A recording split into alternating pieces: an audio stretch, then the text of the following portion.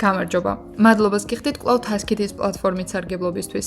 ამჯერად გსურს გაჩვენოთ მარტივად როგორ შეგვიძლია გავიაროთ რეგისტრაცია როგორც სერვის პროვაიდერმა, იმისათვის რომ ჩვენი პროფილი გამოიყურებოდეს სრულყოფილად. ამისათვის პირველ რიგში შევდივართ კვლავ Taskit-ის პლატფორმაზე და ვირჩევთ შესაბამის ღილაკს, გახდი პროვაიდერი. რის შემდეგაც გამოგვიჩნდება შესაბამისი რეგისტრაციის გავლის პროცესი და ამჯერად ავირჩევთ შექმენით ანგარიში როგორც მომსახურების მიმწოდებელი.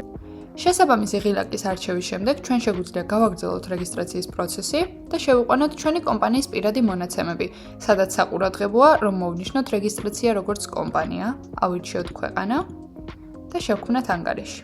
რის შემდეგაც გადავდივართ ზოგადი პროფილის შევსების ეტაპზე, სადაც კვლავ შევყვავს ჩვენი კომპანიის პირადი მონაცემები და ვამატებთ ჩვენი საქმიანობიდან გამომდინარე მოკლე BIOS, მაგალითად ფინანსური მხარდაჭერა და ვაწვევით შენახვა.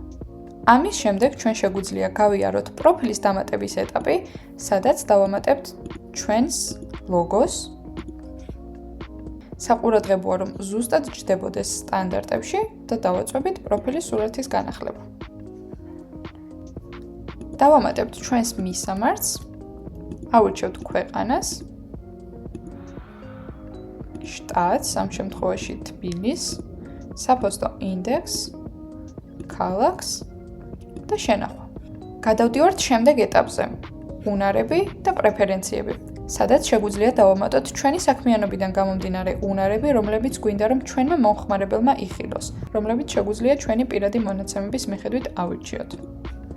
ვუთითებთ ჩვენი საქმიანობის საათობრივ ფასს, პირობითად 100 ლარს, წერთ სათაურს, მაგალითად ვებგვერდის დიზაინი, ან ნებისმიერი სახის ექსპერტი და ვტოვებთ ჩვენი უნარების დამატებით აღწერილობას სამოტივაციო წერილის მსგავს ფორმატში.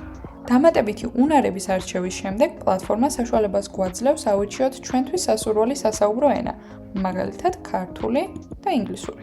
იმ შემთხვევაში, თუ ჩვენ გვჭირდება დამატებითი უნარის მითითება ჩვენს პროფაილ გვერდზე, ამისათვის უნდა მოვითხოვოთ ახალი უნარის დამატება.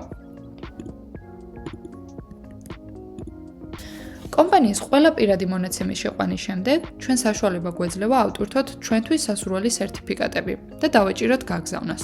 რის შემდეგაც გადავდივართ საბოლოო ეტაპზე პორტფოლიოს შევსებაზე, სადაც გვჭირდება პორტფოლიოს აღწერის დამატება და ასევე გაგზავნა. ყველა ამ დეტალის სათანადოდ გავლის შემდეგ, პროფილი გაიგზავნება ტექნიკურ გუნდთან და დაელოდება დადასტურებას. მადლობა ყურადღებისთვის.